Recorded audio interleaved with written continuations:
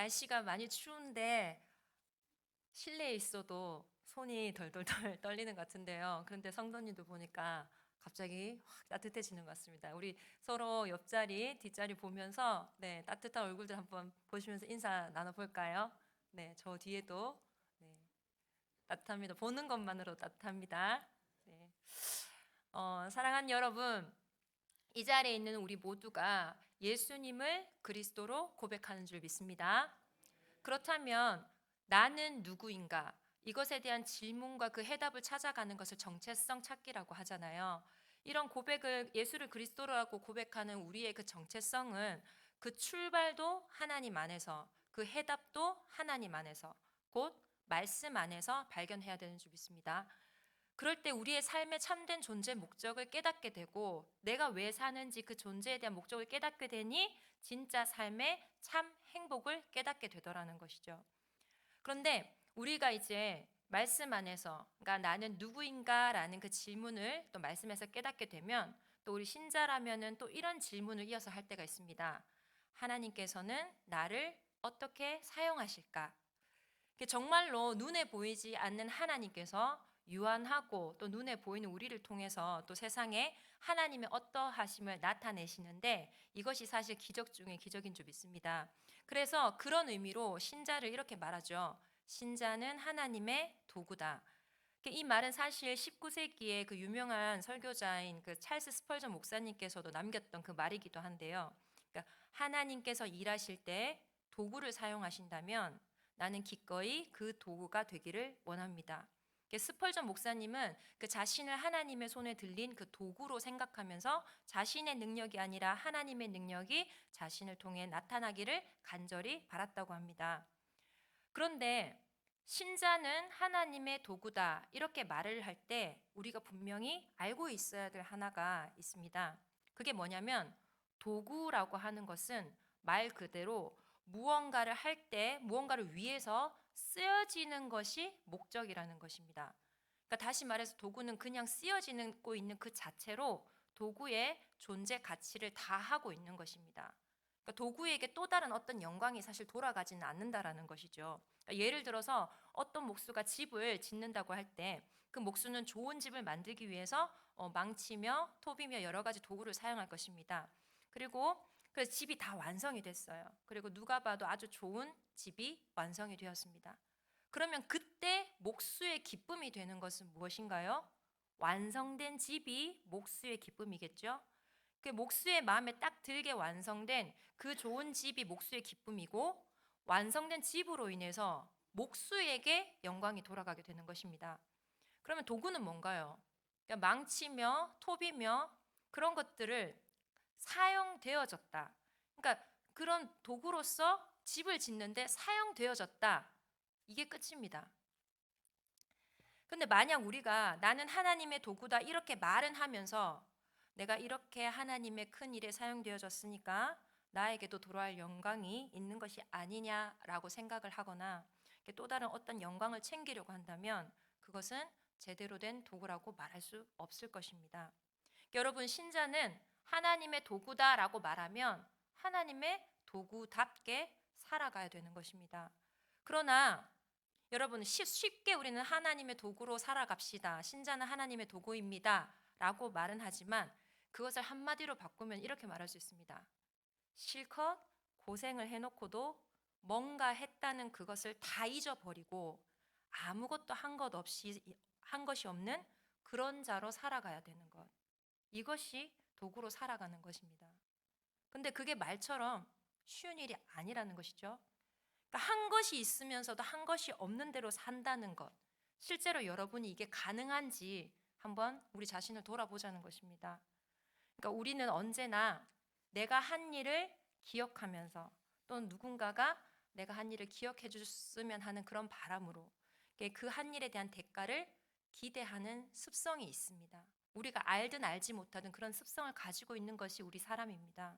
그런 습성을 가진 우리이기에 진짜 도구답게 산다는 것이 사실상 되지 않는다고 말할 수밖에 없는 것입니다.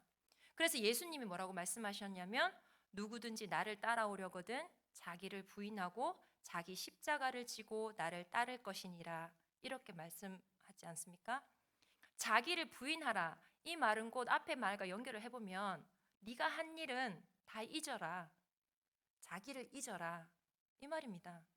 그래서 예수님을 따른다고 하는 것은 예수님을 위해서만 내가 존재한다 이 말입니다. 모든 것을 예수님을 위해서 하고 주님의 영광과 주님의 기쁨을 위해서 살려고 하는 것. 이것이 바로 예수님을 따라가는 것이거든요.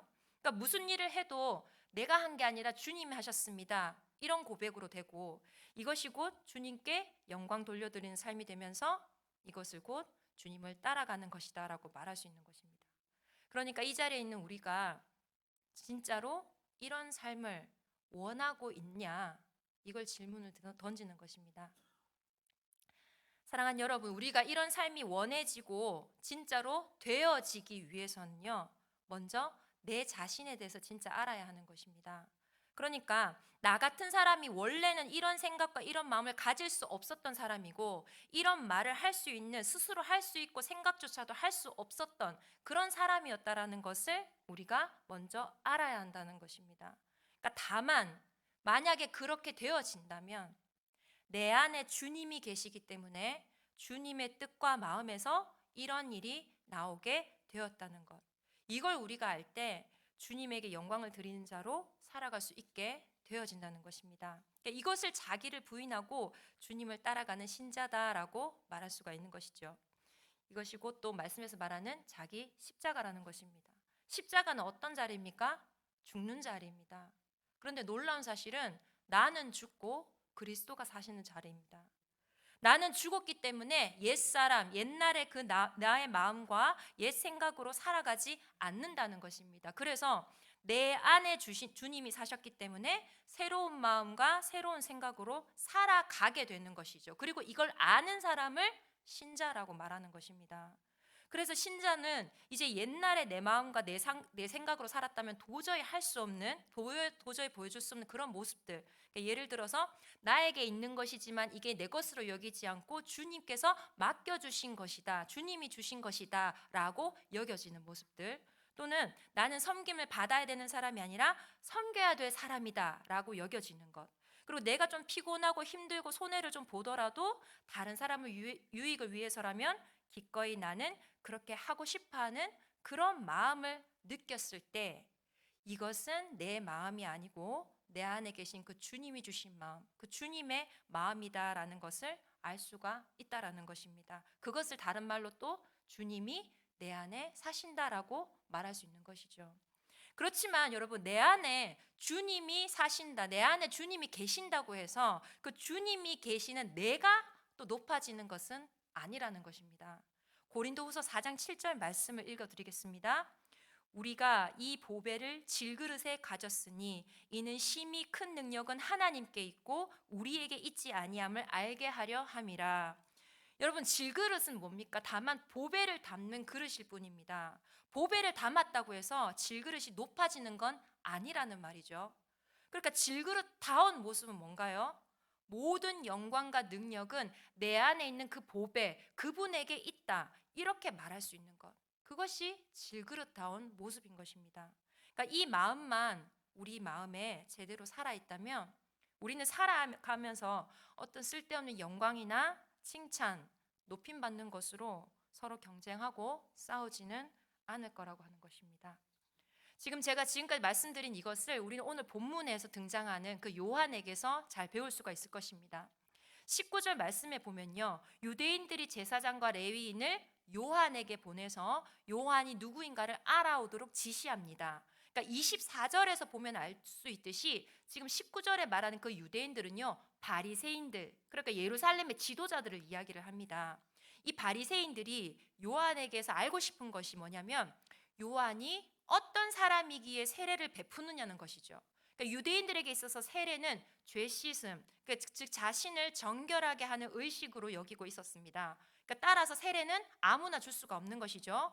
그만한 권세가 있는 사람이어야 했던 것인데 요한이 세례를 준다는 소문을 듣자 요한이 도대체 어떤 권세를 가진 자인가 대해서 궁금증을 가지게 된 것입니다. 그런데 이상한 점은요, 왜 굳이 그 유대인 지도자들은 요한이 누군지에 대한 관심을 가졌는가 하는 것입니다. 그러니까 요한이라는 사람이 있는데 그 사람이 세례를 베풀든 말든 광야에서 뭐 무슨 말을 외치든 말든 그러니까 신경 쓰지 않아도 될 일인데 그러니까 왜 궁금증을 가져서 굳이 사람을 보냈냐는 얘기죠.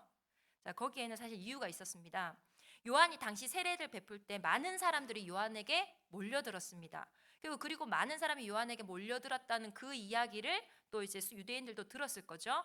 그 소문에는 요한이 세례를 베풀고 하니까 그가 그리스도다, 그러니까 메시아, 구원자다 이런 말도 있었을 거고, 아니야 엘리야다, 아니야 선지자다 이런 여러 소문이 들렸을 것입니다. 이런 소문을 들은 유대인 지도자들, 그러니까 바리새인들은 그러니까 자기들, 그러니까 바리새인들은 그 당시 사회적인 위치가 높았던 사람들이잖아요. 그러니까 그 인기몰이를 하고 있었던 거예요. 요한이 그 이야기를 듣고 자기들의 어떤 위치가 위태함을 느꼈던 것입니다.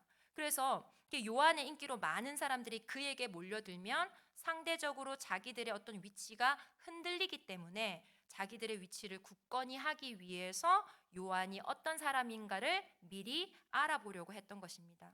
그러니까 나중에 이제 예수님이 활동할 당시에도 예수님이 어떤 기적을 보이시고 말씀을 전하실 때 사람들이 우르르 몰려들었잖아요. 그래서 그때에도 예수님에게 바리새인들은 그런 의도로 이제 경계를 했거든요. 그러니까 많은 사람들이 예수님께 몰리니까 자기들의 입지가 흔들릴 걸 염려해서 예수님을 제거하려는 그 음모를 꾸미기도 했고요. 그러니까 그 같은 의도로 지금 요한에게도 그런 의도를 가지고 사람을 보낸 것입니다. 그러니까 만약 요한이 진짜 그리스도이거나 또 엘리야 선지자와 같은 그런 대단한 사람이라면 어떻게 해야 되나요? 빨리 손을 써서 자기들 편으로 끌어들여 가지고 자기들에게 힘이 될 수 있도록 그렇게 만들려는 그런 이유가 있었던 것이죠. 만약 그리스도도 아니고 또 아무것도 아니라면 그냥 놔둬도 문제가 안 되는 것이고, 근데 또 만약 문제가 된다 하더라도 그 당시 로마 군대가 알아서 처리할 거기 때문에 어찌됐든 이 요한이라는 자가 누구냐 이거를 먼저 알아내서 어떤 방법으로 처리할지 그걸 알아내는 게 가장 우선이었기 때문입니다. 그래서 이제 요한에게 사람을 보내서 그가 누구인가를 알아보려고 하는 것입니다. 어쨌든 유대인 지도자들에게 보냄받은 제사장과 레위인이 요한에게 와서 묻습니다. 네가 누구냐?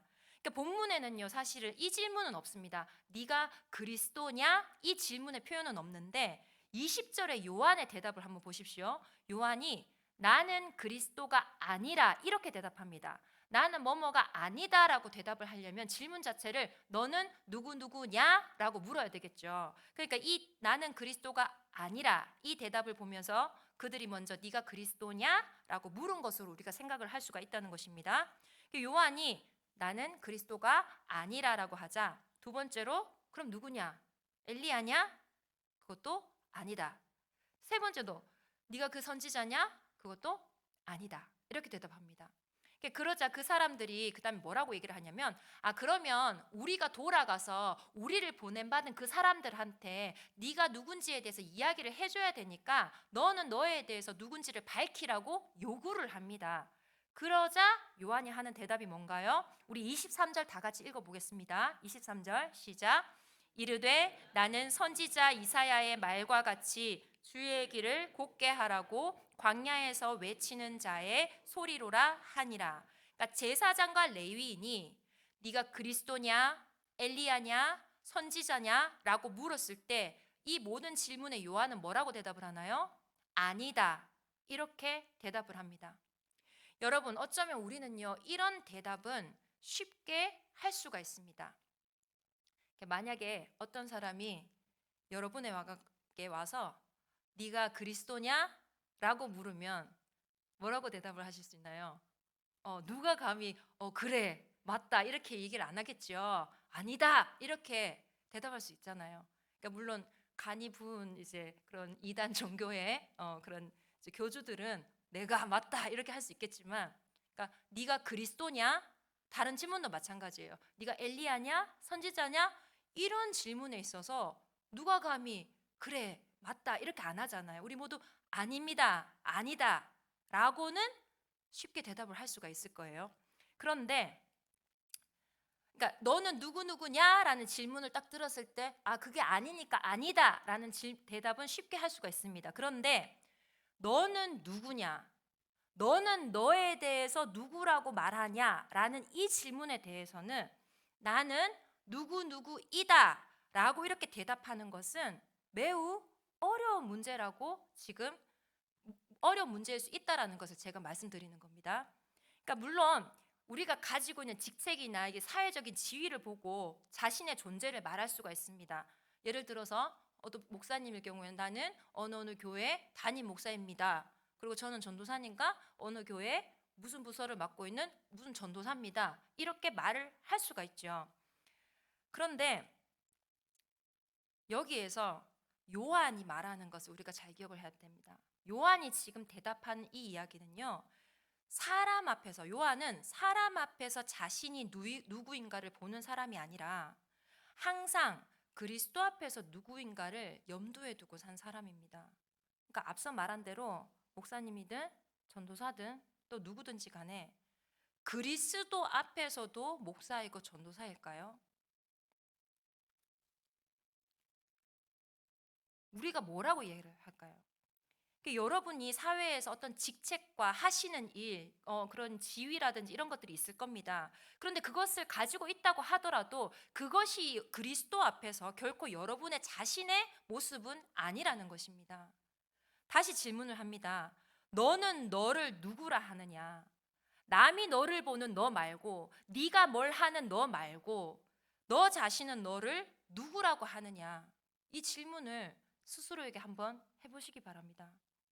그리고 나는 나를 누구라고 말하고 있는지 그 답을 오늘 요한의 답에서 함께 찾을 수 있기를 소망합니다. 너는 뭐뭐이냐라는 질문에 아니다라고 답했던 그 요한은 너는 내게 대하여 무엇이라 하느냐라는 그 질문에 뭐라고 대답했습니까? 나는 주의 길을 곧게 하라고 광야에서 외치는 자의 소리다. 이렇게 대답했습니다. 주의 길을 곧게 한다라는 것은 그러니까 오실 주가 누구인가를 바르게 증거하는 일, 그것을 두고 말합니다. 그런데 여기 소리라는 의미를 우리가 같이 생각했으면 좋겠습니다. 나는 소리다. 이 말이 무슨 말일까요? 이 말은요, 나는 아무것도 아니다. 나는 내세울 게 없다. 이런 뜻입니다. 그러니까 소리의 특성을 한번 생각해 봅시다. 소리란 그것을 외치는 자가 있기에 소리가 있습니다. 그러니까 소리는 소리를 내는 자를 보게 하는 것이지 소리를 통해서 그 소리를 확인하고 소리의 어떤 모습을 보는 것은 아니죠. 소리라고 하는 것은 다만 들려줬다가 사라질 뿐입니다. 그러니까 지금 요한이 얘기하는 것은요, 나는 광야에서 외치는 자의 소리다. 소리에 지나지 않는 나를 보지 말고 광야에서 외치는 자를 보라. 이 말과도 같습니다. 자, 그러면 나는 광야에서 외치는 자의 소리다. 이 말을 조금 더 깊게 생각해 봐야 합니다. 나는 누구인가요? 세례 요한이죠. 소리다. 누구인가요? 역시 요한입니다. 나는 소리다. 요한이 자기를 가리켜서 나는 소리다라고 이야기를 하고 있습니다. 그런데 그 가운데 이렇게 말합니다. 광야에서 외치는 자의 소리래요. 그러니까 요한은 나는 지금 내 말이 아니라 광야에서 외치는 자의 말, 광야에서 외치는 자의 소리다 이렇게 말하는 것이죠. 자, 그러면 광야에서 외치는 자는 누구입니까? 예수님일까요? 여러분, 근데 이 당시에는 아직 예수님이 광야에서 외치지 않을 때입니다. 예수님이 아직 복음을 전파하지 않으실 때예요. 그러니까 27절에 보면은 곧 내 뒤에 오시는 그이라는 말을 통해서 알 수가 있습니다. 우리는 지금 성경의 지식을 이미 가지고 있기 때문에 이것은 결국 예수 그리스도의 외침, 그것을 대신하는 세례 요한, 이것을 우리가 지식적으로 알고 있는데 지금 이 상황에서 얘기를 했을 때 아직 예수님이 직접적으로 복음을 전파하시기 전이란 말이에요. 그렇다면 지금 요한이 광야에서 외치는 자라고 하는 것은 일단 1차적으로 바로 지금 요한 자기 자신을 가리키는 겁니다. 그럼 천천히 풀어볼게요. 나는 광야에서 외치는 자의 소리다. 이 말은 나는 나의 소리다. 이 말이에요. 여러분 지금 이게 이해가 되시나요? 잘 따라오세요. 나는 광야에서 외치는 자의 소리다. 나는 나의 소리다. 이 말이에요. 그러니까 이 말을 요한이 말씀을 외쳤을 때 그것을 자기 외침이 아니라 자기 속에서 외치는 분이 있다는 그것을 전제로 하고 지금 말을 하는 거예요. 다시 말해서 나는 지금 외치고 있지만 내 외침은 내 소리, 내 외침이 아니고 내 속에 있는 그분의 외침이다. 그래서 나는 그분의 소리다. 이렇게 말을 하고 있는 것입니다. 이렇게 말해도 이해가 안 되실 수 있어요. 그런데 이것을 생각하면 여러분 이해하실 수 있을 겁니다. 요한의 안에 그리스도가 계시고 요한의 외침이 요한의 안에서 외치는 그 그리스도의 외침이라면 우리는 지금 세례 요한의 말을 이해할 수가 있을 겁니다. 그래서 요한은요 소리일 뿐이라는 것이고 외치는 분은 내 안에 계시는 그리스도지, 그러니까 자기 외침이 아니라는 이 말을 얘기하고 있거든요. 그러니까 갈라디아서 2장 20절 말씀을 보면 우리가 충분히 더 이해할 수 있습니다. 갈라디아서 2장 20절 말씀 읽어드리겠습니다. 내가 그리스도와 함께 십자가에 못 박혔나니 그런즉 이제는 내가 사는 것이 아니요 오직 내 안에 그리스도께서 사시는 것이라. 이제 내가 육체 가운데 사는 것은 나를 사랑하사 나를 위하여 자기 자신을 버리신 하나님의 아들을 믿는 믿음 안에서 사는 것이라. 요한이 사는 것이 아니라 요한 안에서 그리스도가 사셨던 것이고 요한은 이것을 인지하면서 살았던 것입니다. 여러분 요한의 심정을 이해할 수 있으시겠습니까? 오늘 우리 모두가 이것을 이해하는 것으로 그치는 것이 아니라 우리 역시 나는 죽고 내 안에 그리스도가 사시고 내 말이 아니라 그리스도께서 말씀하시며 나는 그분의 소리일 뿐이라는 신앙 고백이 우리 모두의 고백이 되길 소망합니다. 이처럼 나는 소리다. 그러니까 자기 자신은 아무것도 아니라는 거예요. 이 요한의 말에 바리새인들 이렇게 말합니다. 네가 만일 그리스도도 아니요 엘리야도 아니요 그 선지자도 아닐진데 어찌하여 세례를 베푸느냐. 앞서 말씀드린 대로 세례는 자기 죄를 씻기 위한 그 의식적인 행위입니다. 그런 세례를 아무런 권세도 없는 요한이 줄 수 없다는 것이죠. 그래서 이 말에 대해 요한은 대답합니다. 우리 26절 27절 같이 한번 읽겠습니다. 시작. 요한이 대답하되 나는 물로 세례를 베풀거니와 너희 가운데 너희가 알지 못하는 한 사람이 섰으니 곧 내 뒤에 오시는 그이라. 나는 그의 신발끈을 풀기도 감당하지 못하겠노라 하더라. 물 세례라고 하는 것은 나는 죄인입니다. 자신의 죄를 인정하는 어떤 그런 모습인 것이죠. 그런데 진짜 결국 죄를 씻어주는 것은 주님이신 성령 세례라고 하는 것입니다. 그러니까 이처럼 이 대화를 한번 보세요. 제사장과 레위인들 그리고 이 세례 요한의 대화를 통해서 드러나는 것은 요한의 관심이 어디에 있냐는 것입니다. 요한의 관심은요 오직 예수님밖에 없었다는 것입니다. 그러니까 자신을 드러내고 자기를 변명하려는 것에는 전혀 관심이 없어요. 오직 주님을 높이고 주님이 누구시냐 이걸 증거하는데 모든 관심을 두고 있었다는 것입니다. 반면에 바리새인이 보낸 사람들은 눈에 보이는 요한이 무엇을 했고 그 눈에 보이는 요한이 누구냐 이것만 보고 있는 것입니다. 눈앞에 있는 요한이 과연 그리스도냐 엘리야냐 선지자냐? 만약 그리스도이거나 엘리야거나 그리스도거나 엘리야거나 선지자라면 우리 편으로 끌어들여서 우리 힘을 더 키워보자는 그런 의도밖에 없었던 것이죠. 여러분 오늘 본문에서 두 종류의 사람을 볼 수가 있는 것입니다. 하나는 사람이 보낸 사람, 다른 하나는 하나님이 보낸 사람이라는 것이죠. 사람이 보낸 사람은 오직 사람만 보이고 사람에게만 관심을 둡니다. 하지만 하나님이 보낸 사람은 오직 예수 그리스도에게만 관심을 둡니다. 오늘날에도 사람에게 보낸 사람과 하나님이 보낸 사람의 대화를 들으면 전혀 다를 겁니다. 어떤 사람은 사람에게 관심을 두면서 이야기를 하고 어떤 사람은 오직 예수님에게만 관심을 두고 이야기를 합니다. 똑같이 사람을 보고 이야기를 하는데 그 사람을 통해서도 예수 그리스도께서 하신 일을 보고 그것만을 증거할 수 있다라는 것이죠. 여러분, 교회란 어떤 한 사람을 높이기 위해서 있는 것이 절대 아닙니다. 오직 예수 그리스도만 높이기 위해서 있는 것이 교회죠. 누군가 교회에서 일을 많이 하고 봉사를 많이 하고 수고를 많이 한다면 참 감사하죠. 하지만 그렇게 한다고 할지라도 교회는 그 사람을 보는 것이 아니라 그 사람에게서 일하시는 예수님을 볼 수 있어야 한다는 것입니다. 그것이 진짜 참된 교회의 모습이라고 할 수 있다는 것이죠. 사랑하는 여러분, 사람에게서 그 사람이 한 일을 보지 마시고 그 사람은 죽고 그 안에 살아계신 예수님을 볼 수 있는 것, 이것이 진짜 눈이 열린 신자인 줄 믿습니다. 만약 누군가 믿음으로 잘 산다고 해도요, 그 사람을 보지 마시고 그 사람 안에서 일하시는, 행동하시는, 그리고 말씀하시는 그리스도를 보십시오. 그리고 그 사람을 그렇게 만드신 그리스도를 찬양하고 감사하길 소망합니다. 이 자리는 우린 누구입니까? 나와 함께 하시고 내 안에서 외치시는 그리스도의 소리일 뿐입니다. 따라서 외치는 자는 다만 외쳐지는 것만 그 자체로 감사할 뿐입니다. 우리는 예수님을 증거하라고 보냄받은 자들일 뿐인 것입니다.